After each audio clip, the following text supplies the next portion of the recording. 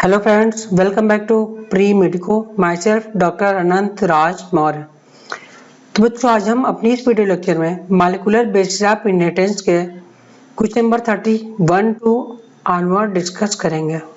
Okay बच्चों, question number 31, identify the correct order of organization of genetic material from largest to smallest. कह रहा है कि सबसे लार्जेस्ट कौन होगा, सबसे स्मॉलेस्ट कौन होगा। ओके देखते हैं, जीनोम, क्रोमोसोम, जीन, न्यूक्लियोटाइड, एक एक को डिस्कस कर लेते हैं। जीनोम क्या होता है? जीनोम होता है हेप्लॉइड सेट ऑफ क्रोमोसोम को जीनोम बोलते हैं। मतलब कि किसी भी अगर ह्यूमन की बात करें तो 46 क्रोमोसोम होते हैं, तो जीनोम क्या हो जाएगा इसका? 23 जीनोम हो जाएगा। दिस इज 23 जीनोम हो जाएगा। तो क्रोमोसोम से बड़ा क्या हुआ? जीनोम हो गया।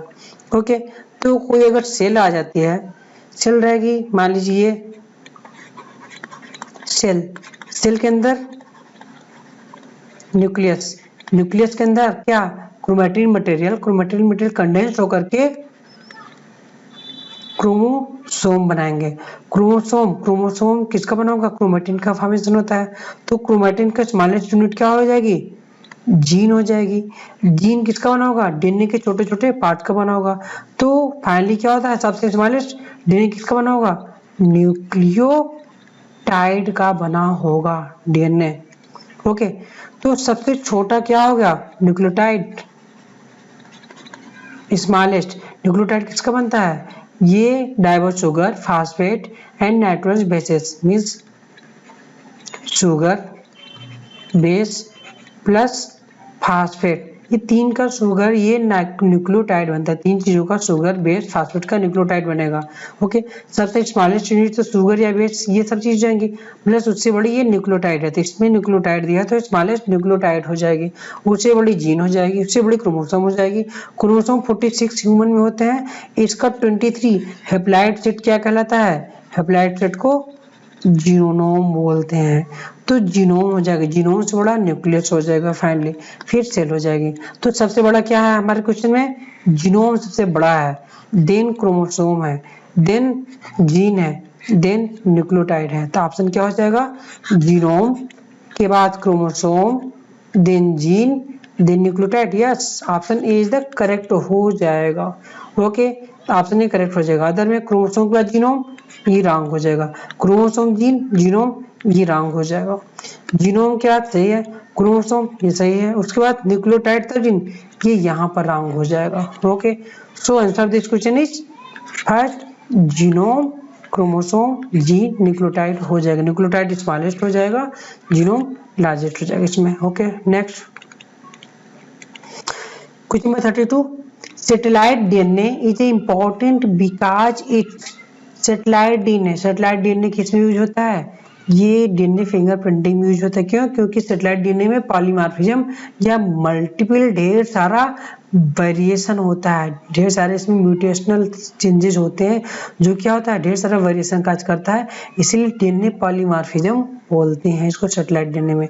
तो डीएनए फिंगरप्रिंटिंग में सैटेलाइट डीएनए दो तरीके का, माइक्रो सैटेलाइट, मिनी सैटेलाइट। तो डीएनए फिंगरप्रिंटिंग जो यूज करता है वो मिनी सैटेलाइट यूज करता है, ये इंपॉर्टेंट क्वेश्चन बनता है। ओके, ये डू नॉट कोड प्रोटीन, तो सैटेलाइट डीएनए किसी भी प्रोटीन को कोड नहीं करता है ये। तो option A does not code for protein, ये सही है। Okay, and same in all member of the population, same in all member नहीं होता है, सारे पॉपुलेशन में डिफरेंट डिफरेंट सैटेलाइट डीएनए होता है, क्योंकि वेरिएशन डिफरेंट डिफरेंट पॉलीमॉर्फिज्म होता जाएगा। Okay, code for enzyme needed for DNA application, जब प्रोटीन ही नहीं कोड करता है तो एंजाइम कहां से कोड करेगा? सो रॉन्ग हो जाएगा। Code for protein, this is also wrong हो जाएगा। ऑप्शन क्या बचा? एक ऑप्शन डी बच गया, आंसर डी हो जाएगा। Shows high degree of polymorphism, polymorphism मतलब क्या? वेरिएशन एट जेनेटिक लेवल, इसका मतलब क्या? Variation at genetic level due to, कहां से आया? ये म्यूटेशन की वजह से जो वेरिएशन होगा जेनेटिक लेवल पर, वही पॉलीमॉर्फिज्म काज करता है in a population, and also same degree of polymorphism in an individual which is heritable from parent to children. Parent से चिल्ड्रन में ये जाता है, वेरिएशन काज करता है। सो आंसर डी हो जाएगा, satellite DNA. Okay, so answer D हो जाएगा, shows high degree of polymorphism. Okay, next,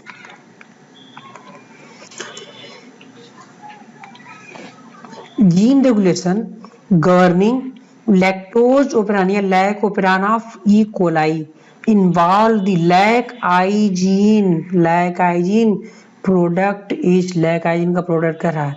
ये negative lac I gene lac operon को मैंने क्या बताया पिछले वीडियो लेक्चर में, लैक आइजीन जो होता है, आइजीन किसको कोड करेगा, ये रिप्रेसर mRNA बनाएगा। ओके, जब रिप्रेसर mRNA बनाएगा, रिप्रेसर mRNA क्या करेगा, mRNA प्रोटीन बनाएगा, रिप्रेसर प्रोटीन कोड करेगा। रिप्रेशन ये प्रोटीन ओके, अगर जा करके ऑपरेटर से बाइंड अप कर लेगी तो ये आगे सारी प्रक्रिया स्टॉप हो जाती है। जब रिप्रेसर प्रोटीन जा करके बाइंड करके सबको स्टॉप कर देती है, इनएक्टिवेट कर देती है, ऐसी कंडीशन को क्या बोलते हैं हम लोग, ऐसी कंडीशन को निगेटिव कंट्रोल बोला जाता है। तो लैक ओपेरान किस तरह का है, ये निगेटिव ओपेरान है, ये निगेटिव रेगुलेशन बोल सकते हैं ये। तो लैक ओपेरान के द्वारा, रिप्रेसर के द्वारा इसको इनएक्टिवेट किया जाता है, तो ये निगेटिव रेगुलेशन हो जाएगा। लेकिन अगर यहाँ पर इंड्यूसर या क्या लैक्टोज आकर के इसको बाइंड करेगा, अब इसको बाइंड किया, रिप्रेसर प्रोटीन को इनएक्टिवेट कर देता है ये। अब ये जब इनएक्टिवेट कर देगा, जब इंड्यूसर या लैक्टोज रिप्रेसर प्रोटीन को इनएक्टिवेट कर देगा तो ये इससे नहीं बाइंड हो पाएगा। जब ऑपरेटर्स बाइंड अप नहीं हो पाएगा तो ये प्रक्रिया आगे बढ़ जाती है ये, ठीक है। इंड्यूसर की वजह से जीन एक्टिवेट हो रहा है, इंड्यूसर के प्रेजेंस में जीन एक्टिवेट होगा तो इसको क्या बोलते हैं, इंड्यूसिबल ओपेरान बोला जाता है। आपको याद रखना है कि इंड्यूसर के प्रेजेंस में जीन कार्य करेगी या सारा करैक्टर आएगा, ऐसे कंडीशन को इंड्यूसिबल ओपेरान बोलते हैं। तो लैक ओपेरान हम लोगों का दो हुआ condition, first this is negative regulation and inducible operon हो जाएगा। ओके, तो इंड्यूसिबल ये हो गया। इंड्यूसिबल मतलब क्या, इंड्यूसिबल ओपेरान का मतलब gene always stop function, gene काम नहीं करेगी, कोई भी फिनोटाइपिक एक्सप्रेशन नहीं देती रहेगी, इंड्यूसिबल इसको बोलते हैं।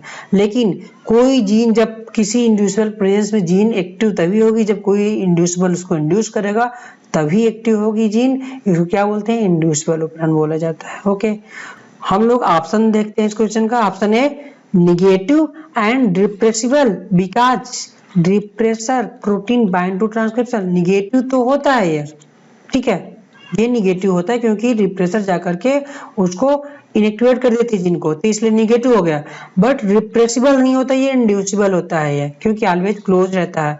ये लैक्टोज के प्रेजेंस में इंड्यूस में ही एक्टिव होता है, इसलिए रॉन्ग है। ओके, फीडबैक इनहिबिशन होता नहीं है, बीटा गैलेक्टोसिडेज वगैरह के फीडबैक इनहिबिशन से कोई मतलब नहीं इसका। Okay, option C positive, no positive नहीं होता है, ये निगेटिव होता है। ये इंड्यूसिबल सही है, because it can be induced by lactose, ये सही है, बट ये पॉजिटिव गलत है। ऑप्शन डी निगेटिव होता है, करेक्ट है। इंड्यूसिबल होता है, करेक्ट है, because repressor protein prevent transcription. Okay, ये निगेटिव क्यों होता है, क्योंकि रिप्रेसर प्रोटीन ट्रांसक्रिप्शन को प्रिवेंट कर देता है, इसलिए निगेटिव हो जाता है। इंड्यूसिबल क्यों होता है, क्योंकि इसको लैक्टोज इंड्यूस करके एक्टिव करता है, इसलिए इंड्यूसिबल होता है। So answer D is the correct हो जाएगा। Okay, answer D is the correct हो जाएगा कि ये निगेटिव होता है लैक ओपेरान, इंड्यूसिबल होता है क्योंकि रिप्रेसर प्रोटीन बाइंड होकर के प्रिवेंट ट्रांसक्रिप्शन को करती है, इसलिए इसको निगेटिव बोलते हैं।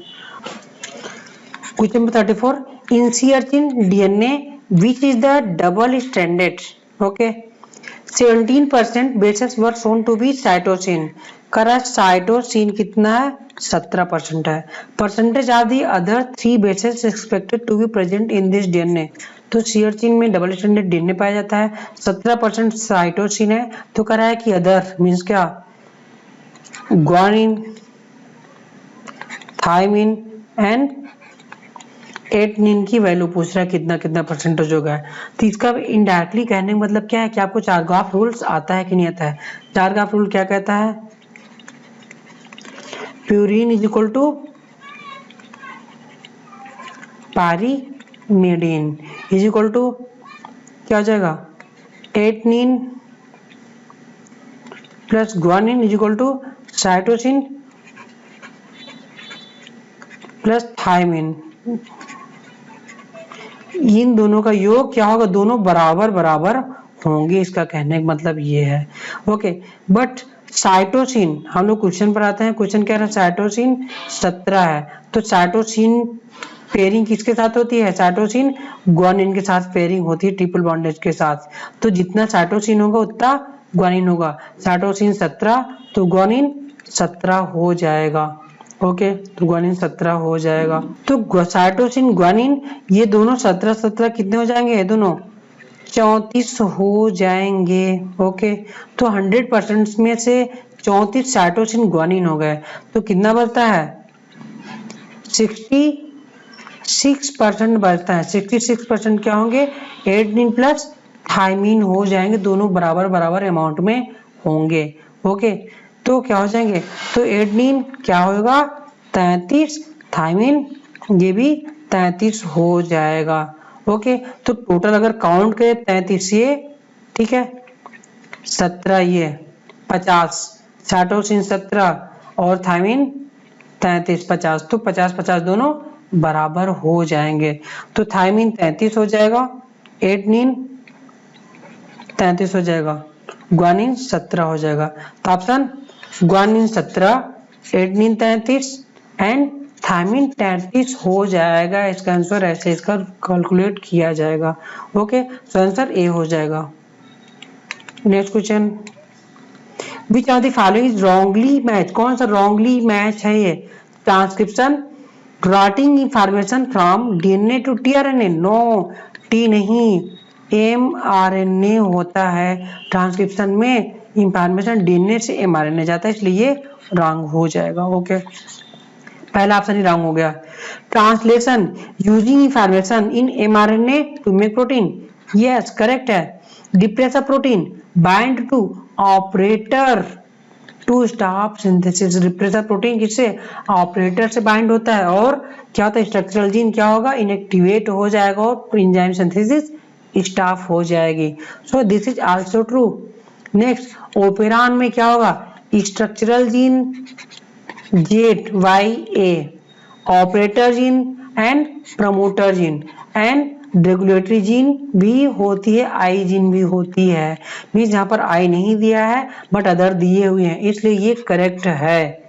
ओके, ये करेक्ट है, सो ऑप्शन ए रॉन्ग हो जाएगा। Okay, answer of this question ये रॉन्ग हो जाएगा। ओके, डीएनए टू टीआरएनए नहीं एमआरएनए होगा, इसलिए ये गलत हो जाएगा, wrongly match. Next, transformation was discovered by, transformation discovered by, किसने ट्रांसफॉर्मेशन को डिस्कवर किया था, ग्रिफिथ्स ने, ग्रिफिथ ने डिस्कवर किया था ट्रांसफॉर्मेशन को। मेसेंचर ने क्या दिया था, semi conservative nature of DNA को दिया था। हार्सेनचेज ने क्या दिया था, इन्होंने बैक्टीरियोफेज पर वर्क किया था, फास्फोरस 32 सल्फर 35 को लिया था, फास्फोरस 32 सल्फर 35 लिया था और बैक्टीरियोफेज पर वर्क किया था, उन्होंने बताया कि डीएनए ही जेनेटिक मटेरियल है, इन्होंने प्रूव किया था।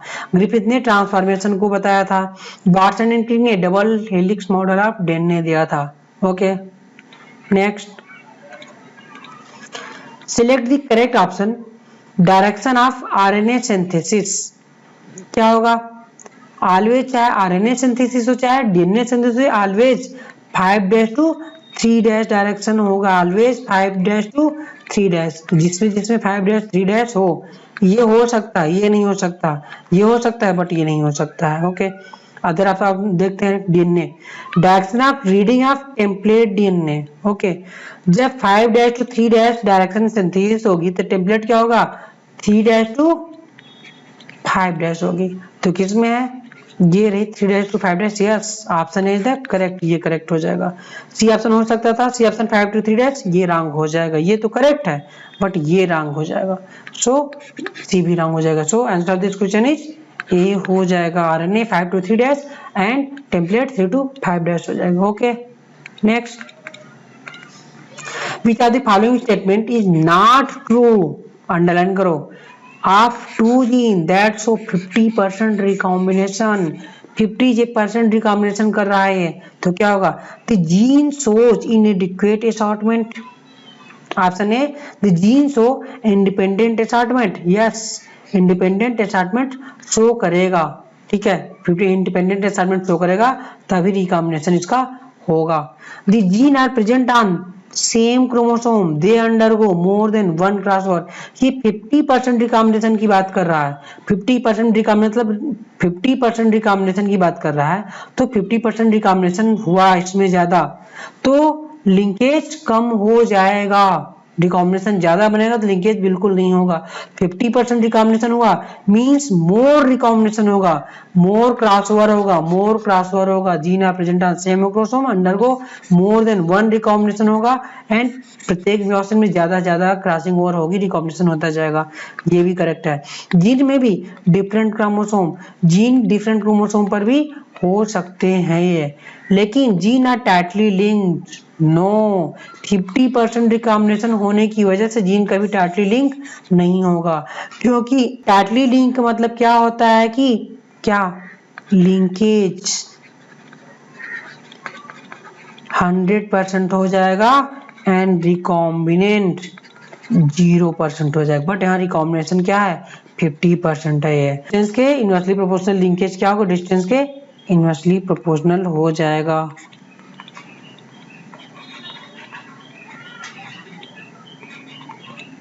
क्लियर, सो आंसर क्या हो जाएगा, टाइटली लिंक नहीं होंगे, ये लूजली लिंक हो जाएंगे। So answer of this question is D, gene are tightly link. यही नॉट ट्रू है इस कंडीशन के लिए। Okay, next, diagrams show an important concept in the genetic implication of DNA, fill in the blanks। A to C कह रहा है, DNA से DNA बना, DNA से DNA बनने को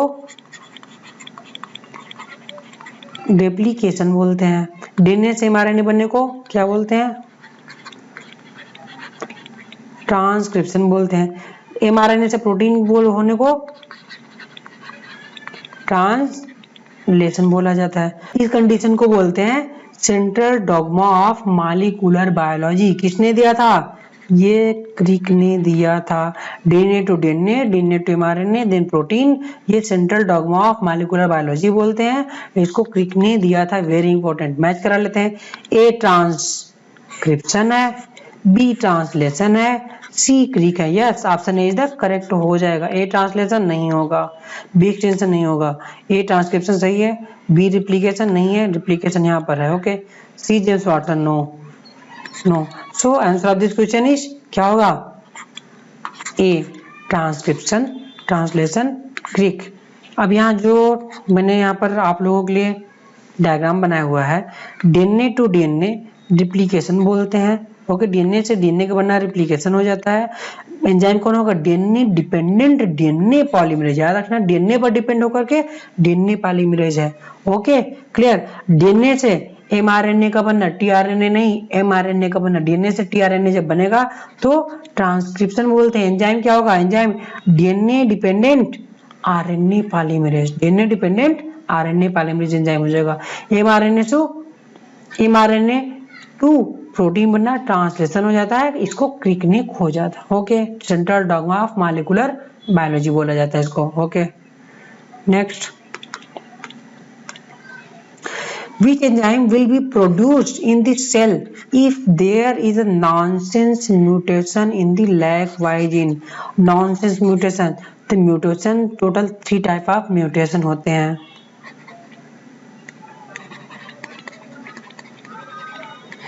म्यूटेशन में डिस्कस कर लेता हूँ आपको यहाँ पर। म्यूटेशन, नॉनसेंस म्यूटेशन जो इसमें दिया हुआ है, नॉनसेंस म्यूटेशन में क्या होगा कि जेनेटिक कोड किसमें चेंज हो जाएगा, कोड चेंज हो जाएगा स्टॉप कोडॉन में चेंज हो जाएगा, मतलब कि जहां पर स्टॉप कोडॉन आ गया उसके आगे कोडेशन स्टॉप हो जाएगी। तो यहाँ पर क्या है, आइजीन डिप्रेशल एमआरएनए कोड किया, एमआरएनए ये रहा, एमआरएनए प्रोटीन इंड्यूसर से क्या हुआ, बाइंड कर जाएगा तो इनएक्टिव डिप्रेशर हो जाता है।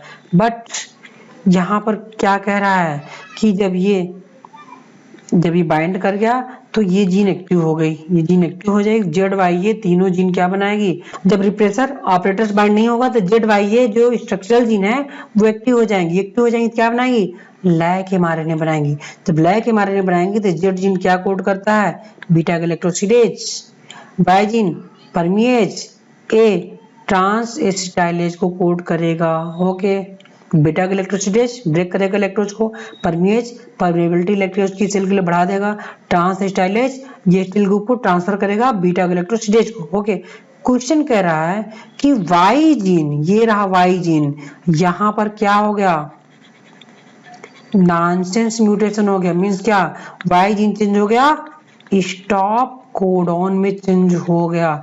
तो यहां से जो आगे की प्रक्रिया थी वो क्या हो जाएगी, स्टॉप हो जाएगी, आगे कोई भी जीन कुछ फार्म नहीं करेगा, स्टॉप कोडॉन हो गया। मींस इसके आगे ये सारी चीजें स्टॉप में हो गई, कुछ नहीं फार्म होगी। बस इसके पहले की, वाई जीन के पहले का जो भी होगा सब कुछ फॉर्मेशन हो जाएगा। तो वाई जीन के पहले कौन सा जीन है, जेड जीन है। जेड जीन क्या कोड करेगा, वनली बीटा गैलेक्टोसिडेज ही फार्म हो पाएगा, ना तो परमेज बनेगा ना तो ट्रांस एसिटाइलेज बनेगा। क्यों, क्योंकि जेड वाई एंड ए, क्योंकि वाई और ए दो के दोनों स्टॉप कोडॉन की वजह से स्टॉप हो चुके हैं, फॉर्मेशन नहीं होगा, वनली जेड जीन होगा, जेड जीन बीटा गैलेक्टोसिडेज बनाएगा। तो आंसर क्या हो जाएगा कि वनली ट्रांस एसिटाइलेज ये भी नहीं बनेगा, लैक्टोज परमिएबिलिटी ये भी नहीं होगी, बीटा गैलेक्टोसिडेज वनली फॉर्मेशन होगा, lactose permeable no, only C बनेगा, बीटा गैलेक्टोसिडेज बनेगा। ओके, नॉनसेंस म्यूटेशन हो गया। Next mutation,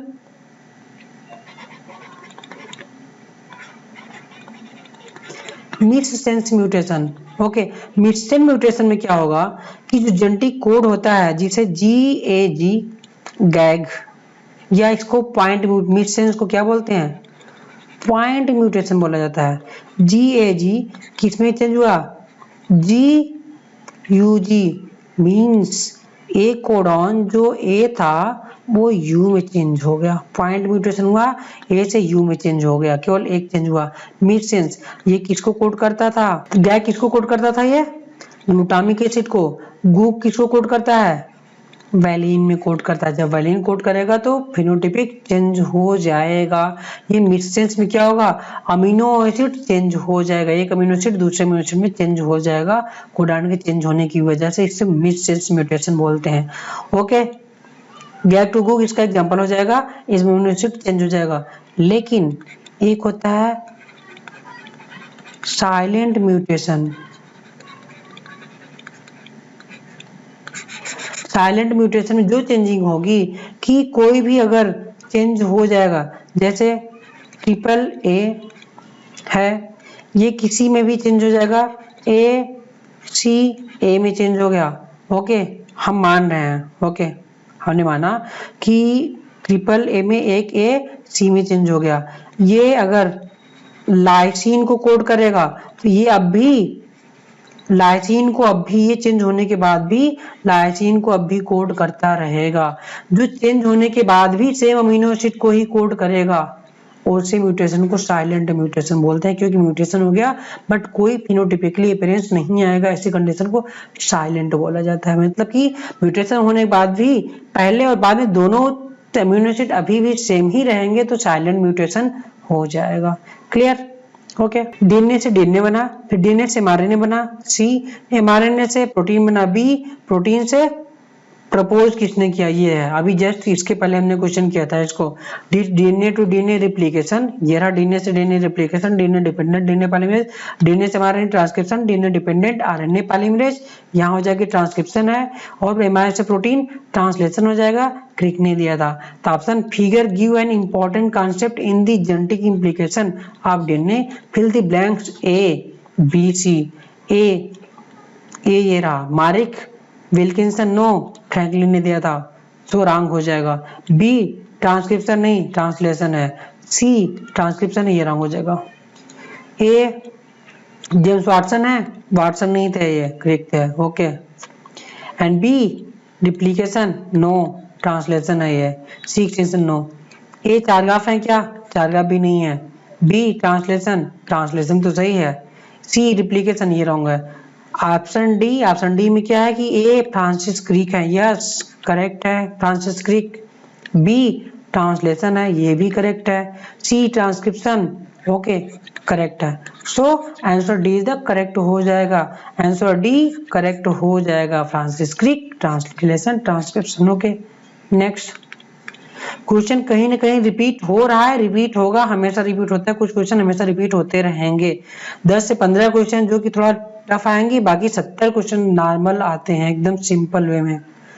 satellite RNA are present in some, satellite RNA कहाँ पाया जाता है, वायरस में नहीं पाया जाता, सम प्लांट वायरसेस में पाया जाता है, ये ट्यून्स में नहीं पाया जाएगा, बैक्टीरियोफेज में पाया जाएगा, ये प्लांट वायरस में सेटेलाइट आरएनए पाया जाता है। उसी वायरस पर ये आरएनए डिपेंडेंट होता है, अपना खुद का आरएनए फॉर्मेशन करवाता रहता है, ये प्लांट वायरसेस में पाया जाता है, okay.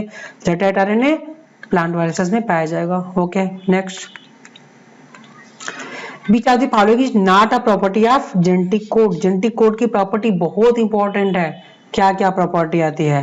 This is first property not overlapping, ये ओवरलैपिंग नहीं होते हैं, ये ओवरलैप नहीं होंगे, केवल ये अकेले अकेले 3 के पेयर में काउंट किए जाएंगे, कभी ओवरलैप नहीं होंगे किसी के साथ, इसके ऐसा नहीं है, तो ये ओवरलैप नहीं होते, पहले प्रॉपर्टी करेक्ट है। और क्या होंगे, ये डिजेनरेट होते हैं, डिजेनरेट मतलब क्या, 1 amino acid coded by more than 1 codon, एक अमीनो एसिड ढेर सारे कोडान के द्वारा जब कोड किया जाता है इसको डिजेनरेट बोलते हैं, कोडान आर डिजेनरेट होते हैं, ये करेक्ट है। और कोडान आर नियरली यूनिवर्सल होते हैं, ये नियरली यूनिवर्सल होंगे बैक्टीरिया टू ह्यूमन तक, सेम कोडान सेम ही अमीनो एसिड को कोड करता रहता है, तो ये लगभग यूनिवर्सल होते हैं। और codon are unambiguous and specific होते हैं, एम्बिगस नहीं होते हैं, ये अनएम्बिगस होते हैं, means 1 codon coded only 1 amino acid, ये अनएम्बिगस एंड स्पेसिफिक होते हैं ये, ओके। तो एक कोडान एक अमीनो एसिड की कोड करके इसको अनएम्बिगस बोला जाता है, ओके। तो कौन सा रंग है, बी रंग है, ओके। सो एम्बिगस नहीं होता है, यही इसकी प्रॉपर्टी नहीं है, यूनिवर्सल होता है, डिजेनरेट होता है, नॉन ओवरलैपिंग होगा। Gene of interest can be selected from a genomic library by using, gene of interest मतलब ऐसा जीन जिसको हम चूज करते हैं अपने जेनेटिक इंजीनियरिंग के लिए, ऐसे जीन को जीन ऑफ इंटरेस्ट बोला जाता है ये, ओके। स्पेसिफिक ट्रेट लिया हुआ जीन को जीन ऑफ इंटरेस्ट बोल देंगे हम लोग, ओके। तो इसको चूज करने के लिए जीनोमिक लाइब्रेरी में ढेर सारे जीन बैंक या जीनोमिक लाइब्रेरी में ढेर सारे डीएनए रखे रहते हैं, उन डीएनए को कॉपी करने के लिए क्या होता है कि प्रोब यूज किया जाता है, रेडियो एक्टिव डीएनए यूज करेंगे उसकी कॉम्प्लीमेंट्री बनाने के लिए, तो जिससे कि उस जीन का कॉपी हम बना सकते हैं।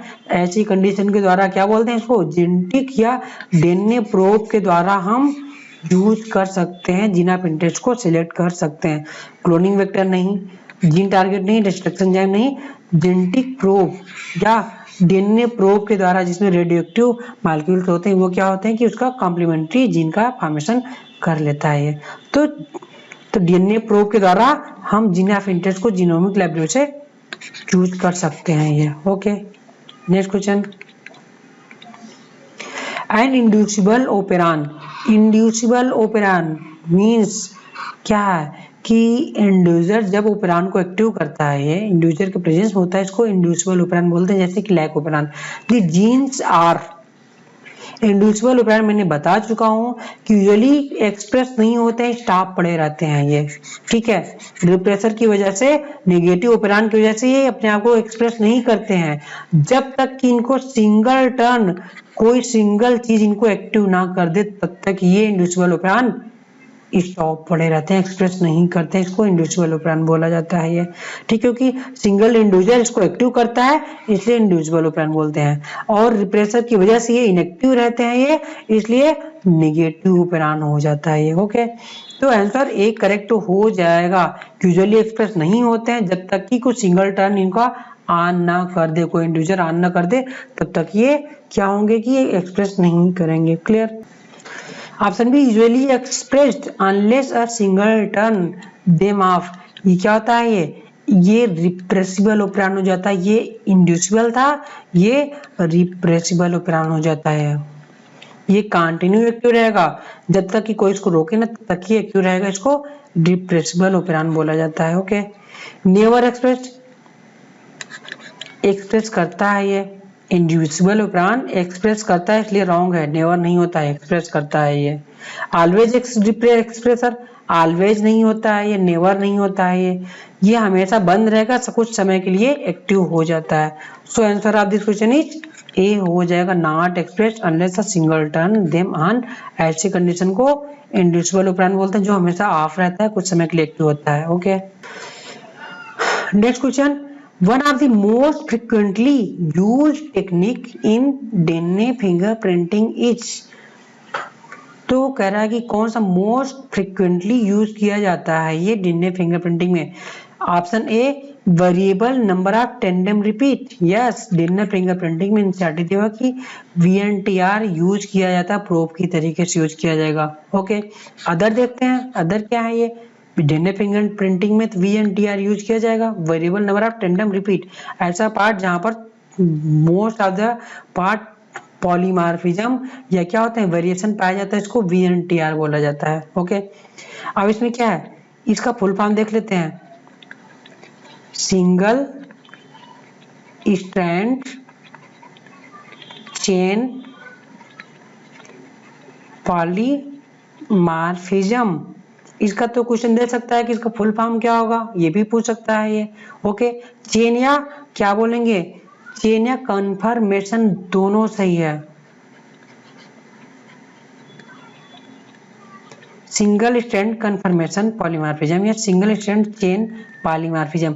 इनमें सिंगल स्ट्रैंड को पॉलीमार्फिज्म या ये उसको क्या किया जाता है, इसको लार्ज किया जाता है, इसको देखा जाता है। तो इसमें क्या होता है, यूज कहाँ किया जाएगा, ये होमोजाइगस या हेटेरोजाइगस कंडीशन में ये एलील्स को देखा जाता है। और डिफरेंट ऑफ वायरस स्ट्रेन को क्या आइडेंटिफाई किया जाता है कि डिफरेंट वायरस स्ट्रेन में उनमें क्या चेंजिंग हो रही है, ऐसे सीपी के द्वारा चेंज किया जाता है।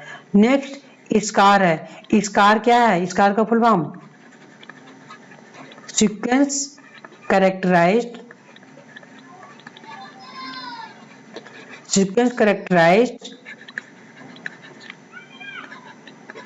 Amplified reason.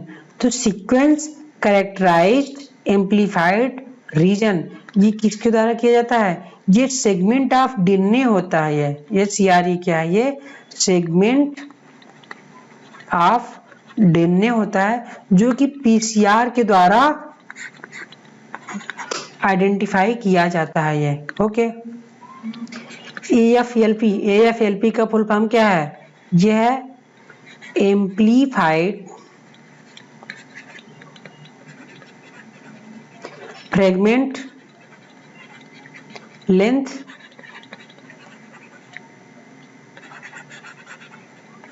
पॉलीमॉर्फिज्म। ओके, तो एम्प्लीफाइड फ्रेगमेंट लेंथ पॉलीमॉर्फिज्म, ये एएफएलपी का फुल फॉर्म, इन तीनों का फुल फॉर्म इंपॉर्टेंट है। इसका क्या है, variable number of tandem repeat, इसका ये हो जाता है। एनसीईआरटी में लिखा है, बट ये तीनों एनसीईआरटी में नहीं लिखे हैं, इसलिए मैंने यहाँ पर इनको लिख दिया है, वो इंपॉर्टेंट है इनका फुल फॉर्म। एनसीईआरटी में ये क्वेश्चन नीट में दे चुका है, तो इनका फुल फॉर्म भी पूछ सकता है ये। ओके, ये पीसीआर से तीनों रिलेटेड हैं ये। Okay, next question, removal of intron and joining of exon in a defined order during transcription is called. क्या कि इंट्रॉन को रिमूव किया जाता है, एक्सॉन को ज्वाइन किया जाता है। रिमूवल ऑफ इंट्रॉन, ज्वाइनिंग को क्या बोलते हैं हम लोग? स्प्लाइसिंग बोलते हैं। लूपिंग नहीं बोलते हैं, इंड्यूसिंग नहीं बोलेंगे, स्लाइसिंग नहीं बोलेंगे, स्प्लाइसिंग इसको बोला जाता है, इसको स्प्लाइसिंग बोलते हैं। ओके, आंसर डी हो जाएगा। Okay, next, if one strand of DNA has nitrogenous base sequence at ATCG, what would be the complementary RNA strand sequence? यहाँ पर ना तो कोडिंग स्टैंड दिया हुआ है ना तो टेम्पलेट स्टैंड दिया है, तो जो डीएनए दिया हुआ डायरेक्ट उसका आप बना सकते हो आरएनए। ए का क्या हो जाएगा?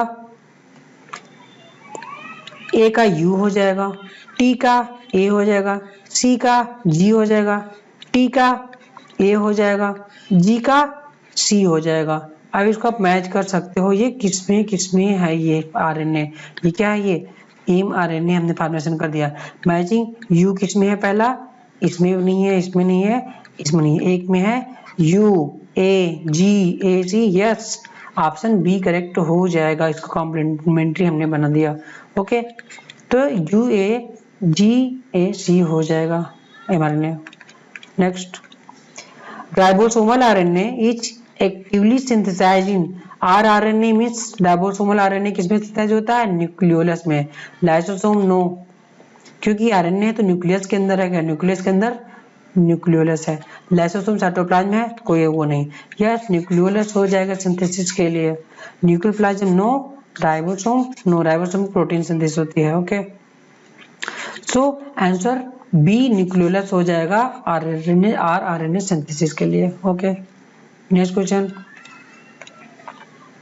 which one of the following is not a part of transcription unit in DNA? Transcription unit DNA में कौन सा नहीं होता है ये?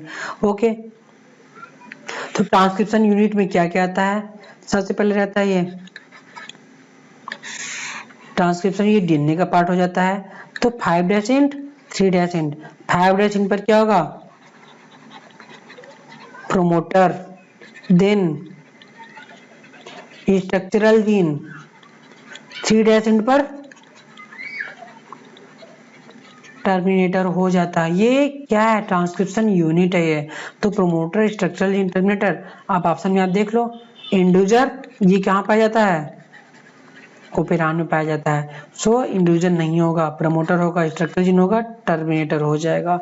सो answer this question is inducer नहीं होगा, ट्रांसक्रिप्शन यूनिट का पार्ट नहीं है inducer. Next, removal of RNA polymerase third from the nucleoplasm will affect the synthesis of। तो RNA polymerase third किसको कोड करता था? ये tRNA, ठीक है, 5SR RNA, SNRNA को कोड करता था ये। ओके, तो mRNA को कौन करता था? सेकेंड करता था। HNMRNA को ये सेकेंड करता था, आरएनए को पॉलीमरेज फर्स्ट कोड करता था, टीआरएनए को थर्ड कोड करता था। तो अगर हम आरएनए पॉलीमरेज थर्ड को डिस्ट्रॉय कर देंगे तो क्या होगा? टीआरएनए नहीं फॉर्मेशन होगा, बाकी सब फॉर्मेशन होंगे।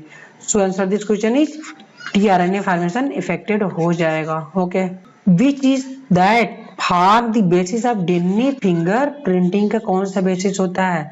डीएनए फिंगर प्रिंटिंग में सेटेलाइट डीएनए यूज किया जाता है, जिसमें कि पॉलीमॉर्फिज्म हो, वो भी कौन सा? मिनी सेटेलाइट यूज किया जाता है, माइक्रो सेटेलाइट नहीं यूज किया जाएगा। ओके, तो option A, relative proportion of the purines and pyrimidine in DNA, no.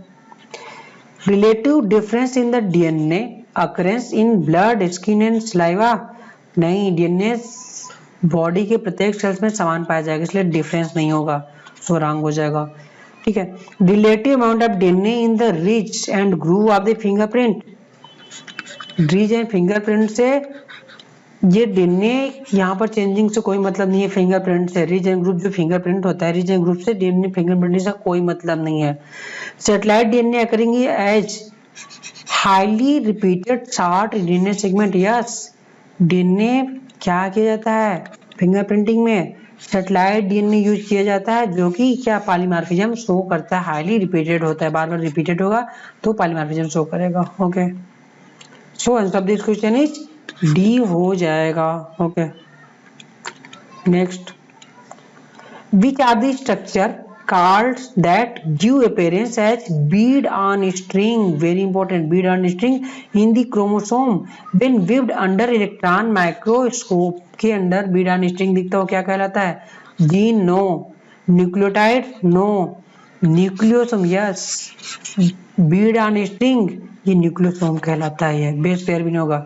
ये रहा bead on string जो एनसीईआरटी में बनाया हुआ ये bead on string, ये क्या है? ये न्यूक्लियोसोम है, ये छोटे छोटे न्यूक्लियोसोम है, ये बीड ऑन स्ट्रिंग ये न्यूक्लियोसोम है ये। ओके, अब ये न्यूक्लियोसोम का स्ट्रक्चर है। बीड ऑन स्ट्रिंग जो दिखता है वो है क्या? ये बीड ऑन स्ट्रिंग में क्या है? हिस्टोन ऑक्टामर और डीएनए का 200 बेस पेयर डीएनए और हिस्टोन H1 ये लिंक करता है, ये इन दोनों को बांध करके रखता है, हिस्टोन ऑक्टामर और डीएनए के 200 बेस पेयर को बांध करके रखता है। तो हिस्टोन ऑक्टामर किसका किसका बना होगा? H2A, H2B, H3 and H4 का दो दो मालिक्यूल इनका बना होता है। ये हिस्टोन ऑक्टामर टोटल 8 मालिक्यूल का फॉर्मेशन हो जाएगा। 200 बेस पेयर लंबा डीएनए इसको रैप किए रहता है ये। और H1 histone protein histone octamer नहीं बनाता है, क्या करता है? इसको लिंक करके रखता है दोनों को। Okay, so Beed on string very important, nucleosome हो जाएगा। Next, the unequivocal proof of DNA as a genetic material come from study of bacteria के द्वारा नहीं, unequivocal proof किसने दिया था? ये दिया था हर्शे एंड चेज ने दिया था। किस पर वर्क किया था? बैक्टीरियोफेज पर वर्क किया था, बैक्टीरियोफेज पर वर्क किया था। And phosphorus 32 and sulphur 35 very important, याद रखिएगा ये क्या थे? रेडियो एक्टिव थे, ये दो के दोनों रेडियो एक्टिव थे। ठीक है, फंगस पर नहीं, वायरस पर नहीं, बैक्टीरियल वायरस या बैक्टीरियोफेज पर वर्क किए थे। सो answer this question is bacterial virus. Okay, which one of the following does not follow the central dogma of molecular biology? Central dogma of molecular biology क्या है? यह है DNA, mRNA and finally protein की synthesis. Okay, DNA से DNA replication, ये क्या है? Transcription DNA to mRNA, ये क्या है? एमआरएनए टू प्रोटीन ट्रांसलेशन होता है। इसको दिया किसने था? क्रिक ने दिया था, इसको क्रिक ने दिया था। ओके, तो ये प्रोटीन फॉर्मेशन हो रहा है, ये सारी के आपस में हो रही हैं, ये किस में है? बैक्टीरिया टू यूकैरियोट हो जाएगा। बट वायरस में ऐसी कोई मशीनरी नहीं होती कि वो खुद से सिंथेसिस करे, इसलिए सेंट्रल डॉगमा मॉलिक्यूलर बायोलॉजी किसके लिए नहीं है? वायरस के लिए नहीं है। पी के लिए है, क्लेमाइडोमोनास के लिए है, म्यूकर के लिए है, बट वायरस के लिए नहीं है। So answer of this question is HIV होगा। ओके, जो कि फॉलो नहीं करेगा इसको। Next, which one of the following palindromic base sequence in DNA can be easily cut at about the middle by some particular destruction enzyme? तो destruction enzyme कहाँ work करता है? ये वर्क करता है उल्टा सीधा एक समान जहां पर हो वहीं पर काम करेगा। ओके, मींस जैसे कि हिंदी में जहाज होता है या मलयालम हो जाएगा, तो दोनों तरफ से एक हो जाता है। उसी तरीके से आप 5 डेज से पढ़ो, चाहे ये इस 5 डेज से पढ़ो, मतलब इस 5 डेज से पढ़ो या दूसरे स्टैंडर्ड के 5 डेज से पढ़ो, दोनों तरफ सेम आना चाहिए।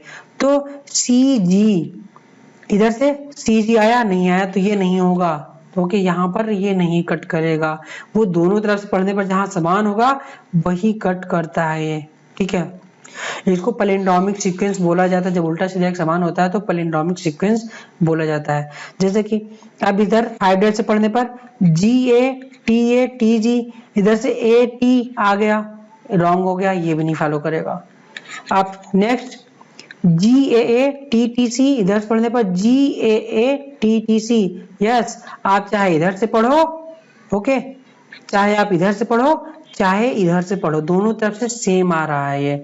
सो यहाँ पर ये कट करेगा रिस्ट्रिक्शन एंजाइम पैलिंड्रोमिक सीक्वेंस पर। नेक्स्ट ऑप्शन डी, सी ए इधर से जी टी इधर से, नो, रॉन्ग हो जाएगा। तो ये कौन सा आंसर हो जाएगा? आंसर सी हो जाएगा, जहां पर रिस्ट्रिक्शन एंजाइम कट करेगा G A T T C sequence इधर, G A T T sequence इधर हो जाएगा। So answer C the correct हो जाएगा, palindromic sequence. Okay, the one aspect which is not a silent feature of genetic code, it is being। Genetic code से बहुत question आ रहे हैं, बार बार आ रहे हैं। अब तक 10 सालों में कम से कम 4 से 5 क्वेश्चन जेनेटिक कोड से आ चुके हैं ये, कि कौन सा इसका फीचर नहीं है। तो जेनेटिक कोड डिजेनरेट होते हैं। डिजेनरेट का मतलब वन अमीनो एसिड किसके द्वारा? Coded by more than one codon, इसको डीजेनरेट बोलते हैं। तो जेनेटिक कोड आर डीजेनरेट होते हैं ये। ओके, एक अमीनो एसिड ढेर सारे कोडॉन के द्वारा कोड किया जाएगा। एंड ये नियरली यूनिवर्सल होते हैं ये, याद रख लीजिएगा word nearly universal, always universal नहीं, नियरली वर्ड है एनसीईआरटी में, ये करेक्ट है यूनिवर्सल। ये स्पेसिफिक होते हैं, स्पेसिफिक मतलब कि एक कोड जिसको कोड करेगा वही अमीनो एसिड कोड करता रहेगा। ये एम्बिगस नहीं होते हैं, अनएम्बिगस होते हैं। Unambiguous and specific means one codon coded only one amino acid, ये अनएम्बिगस एंड स्पेसिफिक होते हैं, एम्बिगस नहीं होते हैं ये। Okay, so this is wrong हो जाएगा। ओके, कौन सा फीचर नहीं है? एम्बिगस नहीं है। ओके, एम्बिगस नहीं होता है, अनएम्बिगस होता है। तो ये स्पेसिफिक एंड अन एम्बिगस हो जाते हैं ये। ओके, तो एम्बिगस नहीं होता इसलिए रॉन्ग हो जाएगा, ऑप्शन बी द रॉन्ग हो जाएगा, ऑप्शन बी नॉट फीचर है। Okay, next question, select the two correct statements out of 1 to 4 statement given below about lac operon के बारे में कह रहा है ये, क्या करेक्ट है ये? ग्लूकोज और गैलेक्टोज में bind with depressor and inactivated, glucose galactose नहीं बाइंड करता इसलिए रॉन्ग हो जाएगा। अब ऐसे क्वेश्चन के लिए ऑप्शन ए रॉन्ग हो गया, फर्स्ट ऑप्शन रॉन्ग। जिसमें फर्स्ट ऑप्शन होगा कट कर दो, ए सी में फर्स्ट नहीं है, बी और डी में, बी और डी हो ही नहीं सकता है। अदर ऑप्शन बी और डी कट कर दिया, लेकिन कट करने के पहले श्योर हो जाओ कि ऑप्शन फर्स्ट 100% रॉन्ग है, तभी ऑप्शन कट करो। Okay, in the absence of lactose the repressor bind with operator region, yes, lactose नहीं रहेगा तो ये रिप्रेसर ऑपरेटर से बाइंड कर जाएगा, करेक्ट है। सेकंड जिसमें होगा करेक्ट हो जाएगा, ये दोनों में सेकंड है, ये करेक्ट हो जाएगा। Option third, reject gene code for permease, permease नहीं, बीटा ग्लैक्टोसिडेज को कोड करता है। सो ये रॉन्ग हो जाएगा। थर्ड जिसमें रॉन्ग वो रॉन्ग, तो ये रॉन्ग हो जाएगा। आंसर बिना चौथा ऑप्शन पढ़े हम आंसर सी टिक कर देंगे, वो 100% से होगा। क्यों? बी और डी पहले गलत हो चुका है, ए भी गलत हो गया, तो आंसर सी हो जाएगा।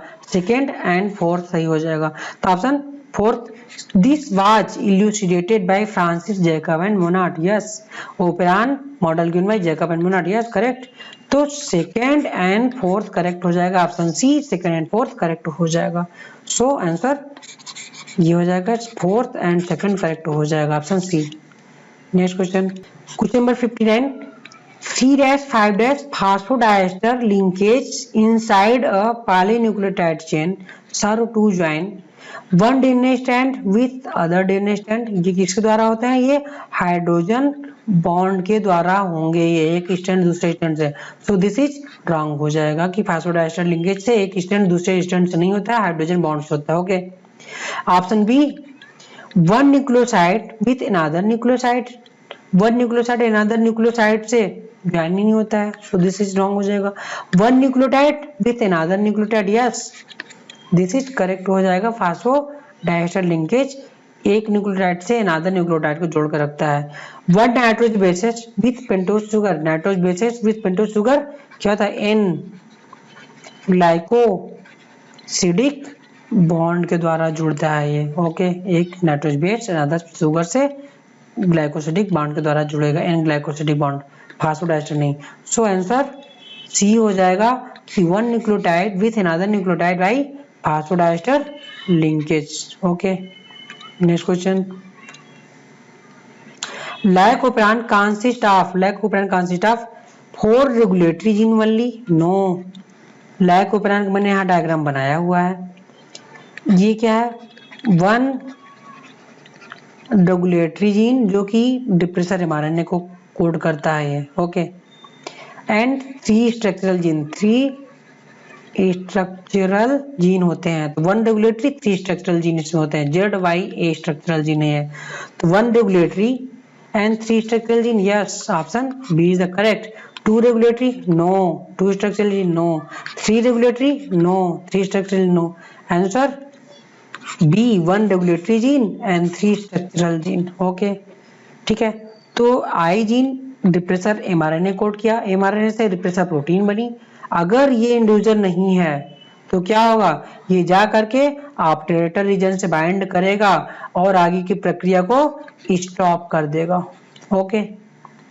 लेकिन अगर इंड्यूसर ये प्रेजेंट है तो ये रिप्रेसर को इनएक्टिवेट कर देगा, डिप्रेसर को इनएक्टिवेट कर देगा। अब ये क्या होगा? यहाँ पर बाइंड नहीं होगा। जब बाइंड नहीं होगा तो ये क्या हो जाएगा? ट्रांसक्रिप्शन ओके एक्टिवेट हो जाएगी, चल जाएगी, ओके, क्लियर। ये इसका है। आप लोगों को याद रखना पड़ेगा कि इन लैक्टोज प्रेजेंट होने पर क्या होगा? जब लैक्टोज प्रेजेंट रहेगा तो रिप्रेसर प्रोटीन इनएक्टिवेट हो जाएगी, तो ZYA अपना काम कर देंगे, गैलेक्टोसिडेज बनेगी, परमेज बनेगा, ट्रांसलेशनलेज बन जाएगा, ओके, ठीक है। लेकिन अगर लैक्टोज नहीं है तो इनकी आवश्यकता नहीं है, तो आइजिन क्या करेगा? रिप्रेसर प्रोटीन बनाएगा, प्रोटीन ओ से बाइंड कर जाएगा, तो ये सब फॉर्मेशन नहीं होंगे, स्टॉप हो जाएगा, clear, okay. Next, in eukaryotic cell transcription RNA splicing, RNA capping take place. Means splicing and capping कहां पर होता है? ट्रांसक्रिप्शन के बाद, क्योंकि ट्रांसक्रिप्शन न्यूक्लियस में हुआ है तो न्यूक्लियस में ही सारी चीजें, स्प्लाइसिंग, कैपिंग, टेलिंग वगैरह सारी चीजें न्यूक्लियस में ही होंगी। राइबोसोम में प्रोटीन सिंथेसिस होगी, डिप्टोसोम में ये सेल ऑर्गेनेली है, वहां पर RNA की स्प्लाइसिंग नहीं होगी। न्यूक्लियस के अंदर होगा, वहीं पर हो जाएगा। एंडोप्लाज्मिक रेटिकुलम ये भी सेल के बाहर है, यहाँ पर राइबोसोम से प्रोटीन सिंथेसिस हो जाएगी, okay. So answer is nucleus हो जाएगा। स्प्लाइसिंग, कैपिंग, टेलिंग सारी चीजें न्यूक्लियस में होंगी, okay. Next, which one of the following statement about particular entity is true? Centromer is found in animal cells which produces ester during cell division. Centromer ये क्या होता है? सेंट्रोमर ये chromosome का सेंटर होता है। ये एस्टर नहीं बनाता है। एस्टर किससे बनता है? ये फ्रॉम सेंट्रियोल से बनता है। सेंट्रोमर दोनों में पाया जाएगा, प्लांट एनिमल दोनों में पाया जाता है, इसलिए ये रॉन्ग हो जाएगा। Gene are the producing insulin present in every body cells. Okay, ये करेक्ट है कि कोई भी जीन है, ये इंसुलिन का हो चाहे हमारे बॉडी का कोई जीन हमारे बॉडी के प्रत्येक सेल के अंदर पाया जाएगा। सो ये क्या होगा? ये करेक्ट होगा। अगर आप nucleosome form of nucleotide, nucleosome nucleotide का नहीं बनता है, डीएनए का बनेगा 200 base pair, okay. Histone octamer का बनेगा, H1 प्रोटीन का बनता है, H1 हिस्टोन प्रोटीन का बनेगा, न्यूक्लियोसोम उसका बनता है, इसका नहीं बनता, ओके, क्लियर। तो न्यूक्लियोसोम किसका बनेगा? 200 base pair DNA, histone octamer and H1 histone protein, okay, या लिंकर मॉलिक्यूल का न्यूक्लियोसोम बनेगा, ओके। ये रॉन्ग हो जाएगा, न्यूक्लियोटाइड का नहीं बनेगा। DNA consist of core of 8 histone, DNA histone से नहीं बनता है, तो ये रॉन्ग हो जाएगा, ओके।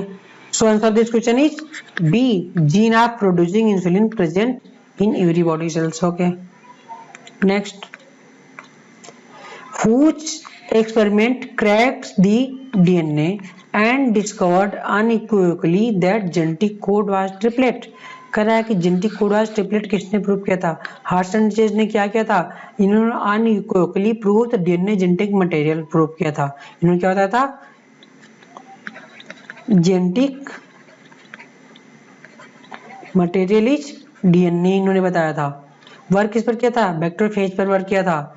मॉर्गन स्टारवेंट, इन्होंने मॉर्गन स्टारवेंट ने ड्रोसोफिला पर वर्क किया था ये, और लिंकेज के बारे में डिस्कवर किए थे। बीडल एंड टाटम ने क्या किया था? वन जीन एक एंजाइम को ओके, वन एक जीन केवल एक ही एंजाइम को कोड करेगा। इन्होंने बताया था कि वन जीन वन एंजाइम को कोड किया था, बीडा एंड टॉटम ने बताया। नीरेनबर्ग मेथाइन ने, यस, इन्होंने नीरेनबर्ग मेथाइन ने कहा कि जेनेटिक कोड वाज ट्रिपलेट होता है। ओके, आंसर डी हो जाएगा। Next, semi conservative replication of DNA was first demonstrated in E coli में सबसे पहले डिस्कवरी की गई थी। किसने किया था सेमी कंजर्वेटिव? बेसेंसेल एंड स्टॉल ने 1958 में किया था ये। Okay, streptococcus pneumoniae no, salmonella no, drosophila no. Okay, answer A हो जाएगा। Next question, which is not true for genetic code? फिर से जेनेटिक कोड के बारे में क्या है? नियरली यूनिवर्सल करेक्ट है, डिजेनरेट होते हैं करेक्ट है, अनएम्बिगुअस होते हैं करेक्ट है, codon mRNA read in non contiguous fashion, no, this is read in contiguous fashion में पढ़े जाते हैं ये, इसलिए ये गलत हो के। सो answer this question is D हो जाएगा, ये नॉन कॉन्टिगस नहीं। ओके, कॉन्टिगस मैनर होता है, नॉन कॉन्टिगस नहीं होता। तो हम लोगों ने माइक्रो बेसिस ऑफ इनहेरिटेंस के लास्ट 10 ईयर के सारे क्वेश्चन अच्छे से डिस्कस कर लिए। काफी टफ चैप्टर है और बहुत क्वेश्चन इससे आते हैं ये। ओके, तो नेक्स्ट चैप्टर हम लोग मिलेंगे इवोल्यूशन के लास्ट 10 ईयर एमसीक्यू में मिलेंगे, और इस चैप्टर का थ्योरी पोर्शन हम डिस्कस कर लेंगे बाद में। ओके, इसके वीडियो भी पढ़ जाएंगे, बट नेक्स्ट लेक्चर हम लोग का इवोल्यूशन का लास्ट 10 ईयर के एमसीक्यू होंगे। ओके, तो please like, subscribe and share and comment please. Last, thanks for watching. Thank